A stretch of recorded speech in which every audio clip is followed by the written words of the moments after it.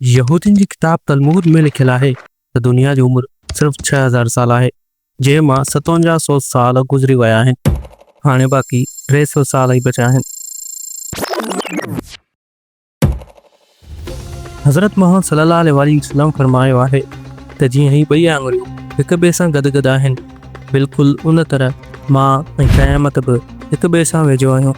अॼु पूरी दुनिया में अहिड़ी का बि जॻह नाहे जिते ज़ुल्करनैन जी उहा भित हुजे जेका उन्हनि याजूज ऐं माजूज खे रोकण लाइ ठाही हुजे।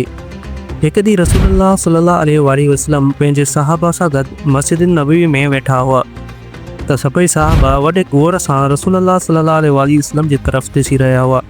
पाण सल्लल्लाहु अलैहि वसल्लम उन सभिनी सहाबनि खे दुनिया जे सभ खां वॾे ऐं ख़तरनाक दज्जाल जी ॻाल्हि करणु शुरू कई।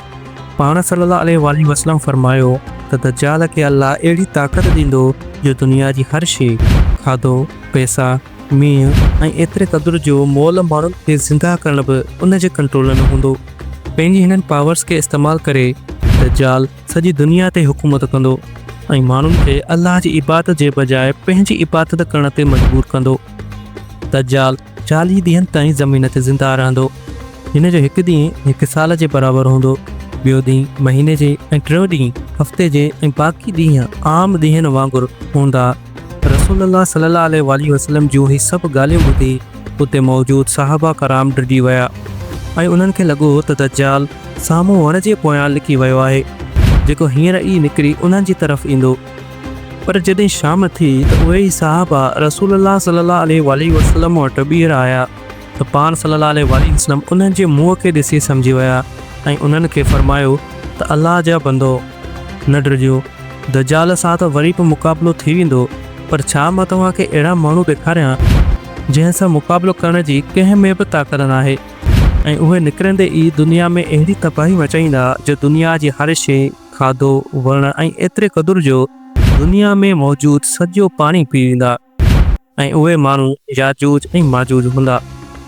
अॼु खां तक़रीबन 5000 साल पहिरियां जॾहिं इंसान पंहिंजी बुराइनि में हद खां वधीक थी विया ऐं पूरी दुनिया गुनाहनि सां भरिजी वई त अल्लाह ताला दुनिया मां अहिड़ा ज़ुल्म ऐं बुराइनि खे ख़तमु करण लाइ उन्हनि माण्हुनि ते पंहिंजो सभ खां वॾो अज़ाब तूफ़ान मोकिलियो।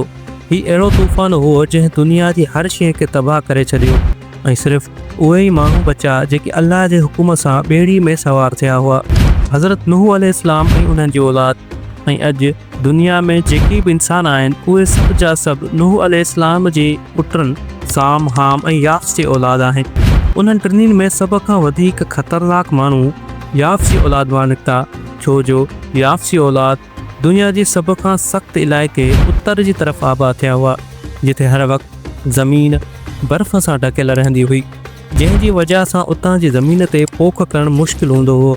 ऐं जीअं वक़्तु गुज़रंदो वियो त याफ़ जी औलाद वधंदी वई ऐं उन्हनि मां उहे माण्हू जेके उत्तर में वञी आबाद थिया हुआ, उन्हनि जी ज़िंदगी में त एतिरी मुश्किल अची वई जो उन्हनि वटि खाइण जे लाइ बि कुझु न मिलंदो हो। ऐं जॾहिं ज़िंदगी मुश्किलुनि सां भरिजी वञे त या त माण्हू मज़लूम थी वेंदा आहिनि या त ख़तरनाक। ऐं ईअं ई उत्तर वारा याफ़ जी औलाद पंहिंजी बुख खे ख़तमु करण लाइ पाण में फुरण ऐं लुटण जी आदत विझी छॾी ऐं जंहिं तरह जंगल जा जानवर हिक ॿिए खां खाधो खसींदा आहिनि, बिल्कुलु उहो ई माण्हू रोज़ानो ग़रीबनि जे इलाइक़े में वञी उतां जे माण्हुनि खे तंग करणु लॻा। ऐं जॾहिं उन्हनि जो ज़ुल्म ऐं फुरण लुटण पंहिंजे आख़िर ताईं पहुतो त उन वक़्तु ईरान में हिकु नेक बादशाह तख़्त ते वेही रहियो। ज़ुल्करनैन जो किसो क़ुरान में बि ज़िक्र कयल आहे। जॾहिं हिननि उत्तर तरफ़ पंहिंजो टियों सफ़र शुरू कयो ऐं उत्तर जे बिल्कुलु आख़िर ताईं पहुतो त उन्हनि जी मुलाक़ात हिकु अहिड़ी क़ौम सां थी जेकी उन्हनि खां हर शइ में बिल्कुलु मुख़्तलिफ़ हुआ, एतिरे क़दुरु जो उन्हनि जी ॿोली बि मटियल हुई। पोइ उन क़ौम हिकु ट्रांसलेटर जे ज़रिए ज़ुल्करनैन खे ॿुधायो त हिते हिननि जबलनि जे विच में हिकु क़ौम रहंदी आहे जेका हिते असां वटि अची फुरलुट करे थी ऐं हितां जे माण्हुनि खे बि क़त्लु करे थी। असां तव्हां जे लाइ पैसा चंदो करे गॾु कंदासीं ऐं तव्हां असांजे ऐं उन्हनि जे विच में हिकु रुकावट, हिकु भित ठाहियो। ज़ुल्करनैन उन्हनि खे चयो त पैसा त अलाह घणा ॾिना आहिनि, बसि तव्हां खां हिकु मदद खपे त हिन भित खे ठाहिण में असांजो साथ ॾियो। ऐं उन ई तरह ज़ुल्करनैन उन क़ौम खे याजूज ऐं माजूज जे फितने खां बचाइण लाइ उन्हनि जबलनि जे विच में हिकु मज़बूत भित ठहिराई याजूज ऐं माजूज हर रोज़ उन भित खे भञण जी कोशिश कंदा हुआ ऐं जॾहिं हू भित खे भञण जे बिल्कुलु वेझो पहुचंदा हुआ त उन्हनि जो सरदार चवंदो हो त बाक़ी सुभाणे कंदासीं। पर जॾहिं हू ॿीहर भित खे भञण लाइ अचनि पिया त अल्लाह ताला उन भित खे वरी पहिरीं वांगुरु मज़बूत करे ठाहे छॾे पियो। पर यादि रखो, हिकु ॾींहुं ज़रूरु ईंदो जो याजूज ऐं माजूज उन मज़बूत भित खे खोलण में कामयाबु थी वेंदा। पर उहो थींदो कॾहिं?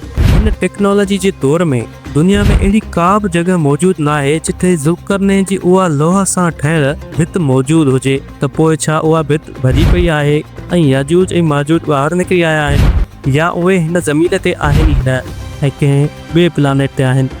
पर हिकु शइ मुस्लमाननि, यहूदियुनि ऐं क्रिश्चियननि में कॉमन आहे त याजूज ऐं माजूज क़यामत जे वेझो हिकु वॾे तइदाद में जबलनि तां तिरकंदा ईंदा।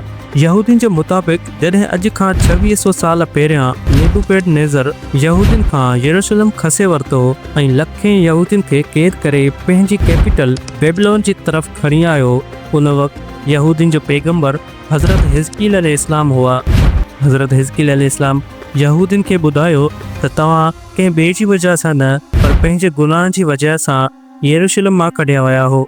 ऐं जॾहिं तव्हां यहूदी पंहिंजे गुनाहनि खे छॾे ॾींदो त हिकु ॾींहुं अहिड़ो ज़रूरु ईंदो जो तव्हां यरूशलेम खे ॿीहर हासिलु करे वठंदो। ऐं जॾहिं तव्हां यरूशलेम खे हासिलु करे वञो ऐं सुठे नमूने रहणु लॻो त तव्हां ते याजूज जे इलाइक़े खां हिकु क़ौम हमिलो कंदी ऐं उन क़ौम जो नालो हूंदो जूज। ऐं इहा ई क़ौम दुनिया में अहिड़ी तबाही मचाईंदी जो उन्हनि सां विढ़ण लाइ कंहिं में ताक़त ई न हूंदी ऐं आख़िरकार तव्हांजो मसीह दज्जाल उन्हनि खे क़त्लु कंदो।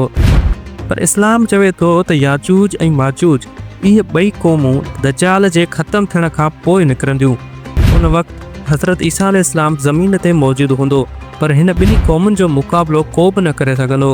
ऐं पोइ अल्लाह ताला जे हुकुम सां हज़रत ईसा अलैहिस्सलाम सभिनी मुस्लमाननि खे वठी जबल सिनाई ते वठी वेंदो ऐं पोइ अल्लाह ताला जे हुकुम सां सभई याजूज ऐं माजूजनि खे ख़तमु करे छॾींदो। हीउ सभु कुझु तॾहिं थींदो जॾहिं यहूदी पंहिंजी सॼी पावर सां फ़लस्तीन ते कब्ज़ो करे छॾींदो ऐं उते मुस्लमाननि जी मस्जिद अक्सा खे शहीद करे उन जॻह ते पंहिंजो टियों ऐं आख़िरी टेम्पल ठाहींदो।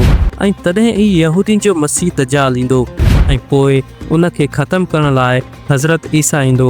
त पोइ वक़्तु एतिरो कोन्हे, छो जो तक़रीबन 80% फ़लस्तीन अॻु में ई यहूदियुनि जे कब्ज़े में अची वियो आहे।